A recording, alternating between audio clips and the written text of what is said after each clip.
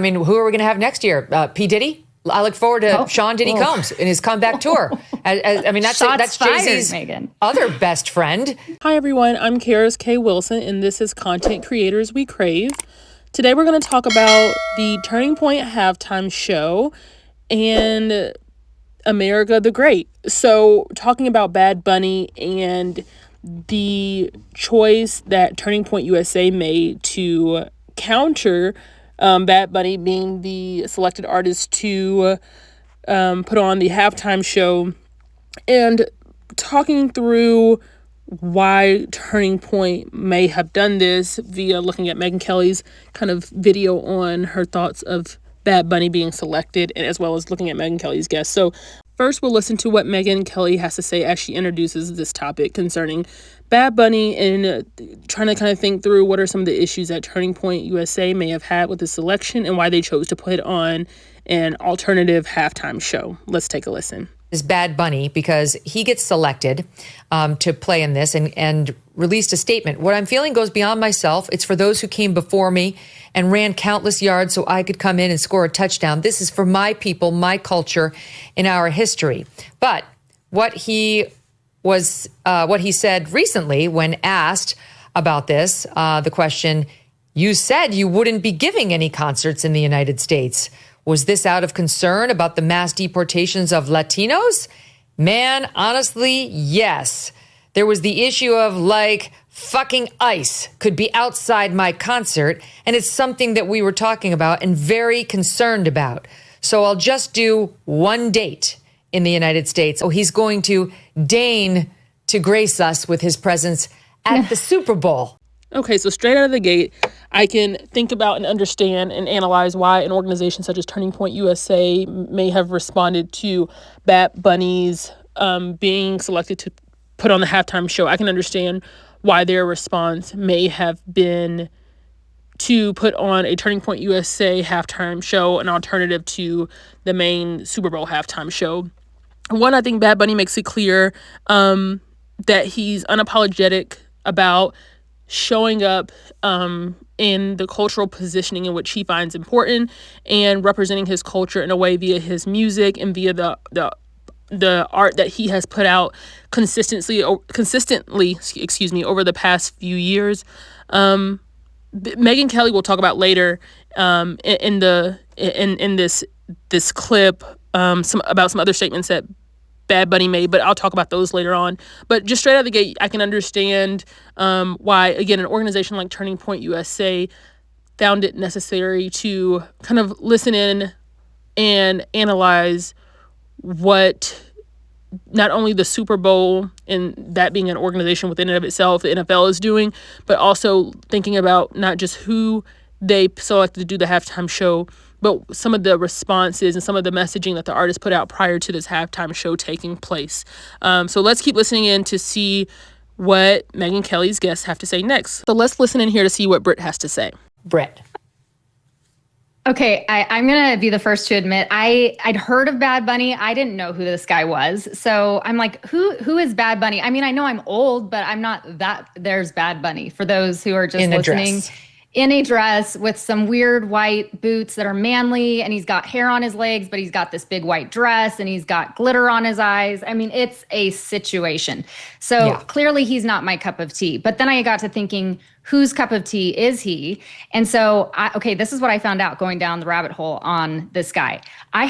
Okay, so far, I think Megyn Kelly's guest, Britt, has been extremely helpful in really helping the viewer and the listener understand the perspective that someone that's maybe more conservative or unaware or unfamiliar with Bad Bunny's artistry might feel as soon as they hear that Bad Bunny's performing. And this might be an opportunity for the NFL to help bring folks up to speed who might be tuning into the halftime show but may not be as aware of Bad Bunny, for them and, to help the artists that they have enlisted to come and perform. Because if I recall correctly, this is not a verified claim, but I believe that artists who are selected to perform in the NFL halftime show, I'm not sure if they're paid by like the NFL or an organization to do that. I've heard just in different conversations that it's more so of a promotional kind of effort and help, but it's a huge accomplishment for an artist's career. So if that's the case, one thing that could be extremely helpful for and important for the communication aspect that's happening, because people downplay it so much, but it's so powerful, and communication is happening all around us, whether it's Bad Bunny's artistry or whether it's Britt and Megyn Kelly here in Wit talking about, this hiring, or excuse me, this enlisting Bad Bunny to perform his music at the halftime show.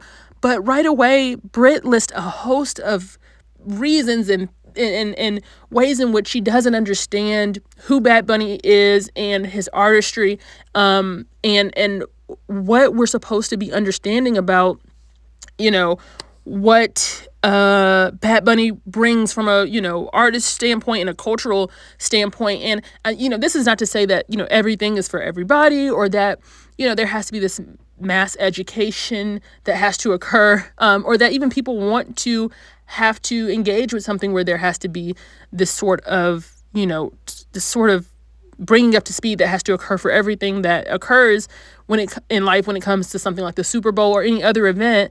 But just more so talking about the opportunity from a business person, a businesswoman, a businessman standpoint, talking about the opportunity from the NFL as a large organization who has various different sorts of individuals tuning into their show. When we look here at the video being played, for example, how can we understand what the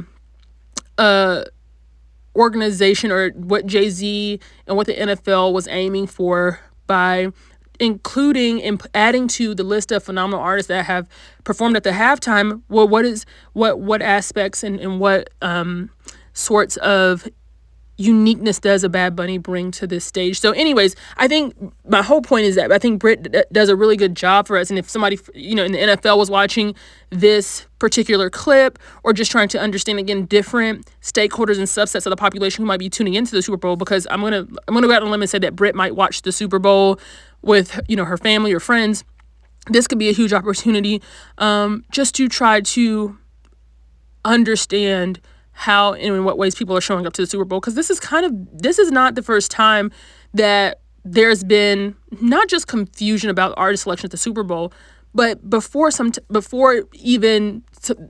there was, conversations surrounding George Floyd's murder, people were at times confused or felt culturally out of the loop as it relates to.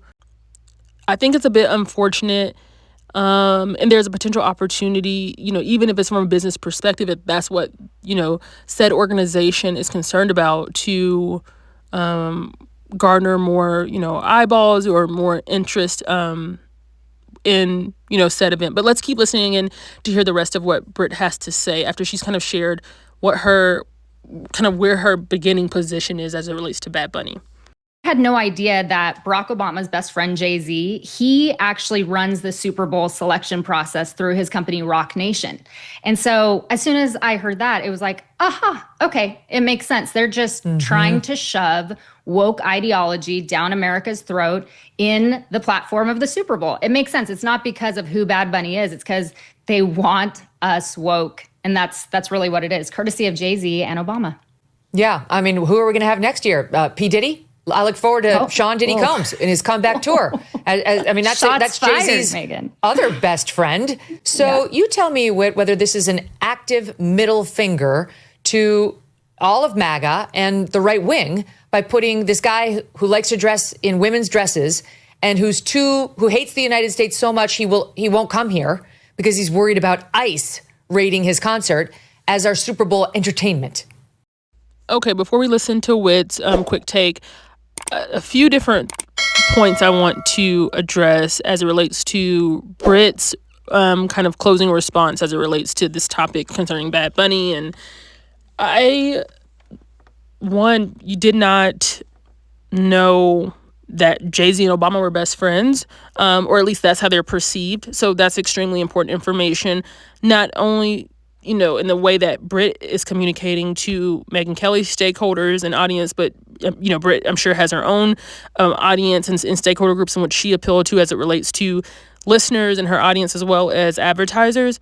But then, Brit goes on to talk about how when she learned of this alleged, great friendship between Barack Obama and Jay-Z, that it explained the Super Bowl performance selection and selecting Bad Bunny, and that it was that they wanted to approach this from a woke perspective, in quotes. And I guess there, at least for me, I would have liked to hear Brit go more into detail about, how she's kind of pairing this relationship to, the halftime selection performance to said woke ideology. That would have been important, I think, for the listener to kind of hear her perspective on. So, all of us as stakeholders can understand, whether it's an organizational leader, marketing folks. I think, like I said, it could be extremely powerful for her to gain marketers for her audience and for advertisers who have individuals who watch her channel and might purchase product, all the way to, again, the NFL leadership who might be trying to understand how to bring as many listeners and viewers into their Super Bowl halftime show, to just individuals looking to understand and learn what's going on in the world and other people's perspective. And so I think that may have been a missed opportunity there, actually, for us to understand, Brit's perspective and where she's coming from, and maybe also where Megyn Kelly and Whit might be coming from. But anyways, let's close us out here by listening to what Whit has to say. Let's listen in. I think it's more than a middle finger just to MAGA and conservatives in this country. I think it's a middle finger to what America is all about. I don't watch football myself, but, I remember watching the Super Bowl last year and seeing Kendrick Lamar perform. And I remember thinking, if my grandparents were still alive, what would they think about watching this? Can't you put people on who actually represent true American values, who have songs that everyone can dance to? But it's like TikTok slop and these people coming on with these songs that are vulgar and completely out there. And so to me, it seems more not even just against MAGA, but more of a breakdown against American culture. If you listen to this guy's songs, I'm telling you, these aren't the songs that you want to be showing your children and things like that. And it in no way represents what the Super Bowl is supposed to represent, which is people coming together, enjoying a night where they can get with their family, their friends, and not have to be paraded around with this garbage that they play. Okay, so actually, Whit's response, I thoroughly found even more informative than Brit's. Whit comes straight out of the gate, and he lists various reasons that this is why an organization like Turning Point USA has to put on an event.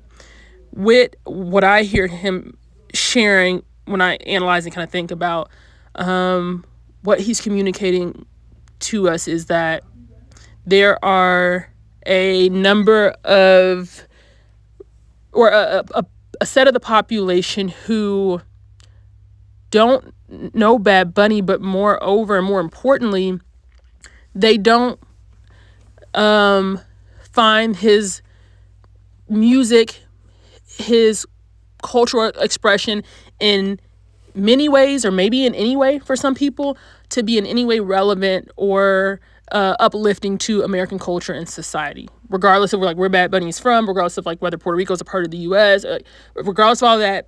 When he thinks about American values and maybe his viewers, his audience, his stakeholder groups that are in the ecosystem with him, they don't understand, how does this relate to me as an American or as someone here in America enjoying the Super Bowl.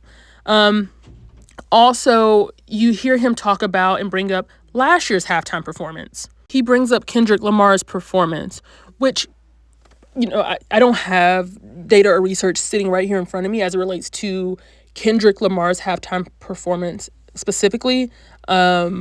I am more familiar with what J-Lo's numbers were and what the some of the issues that came after that performance happened. But as it relates to Kendrick Lamar's halftime performance last year,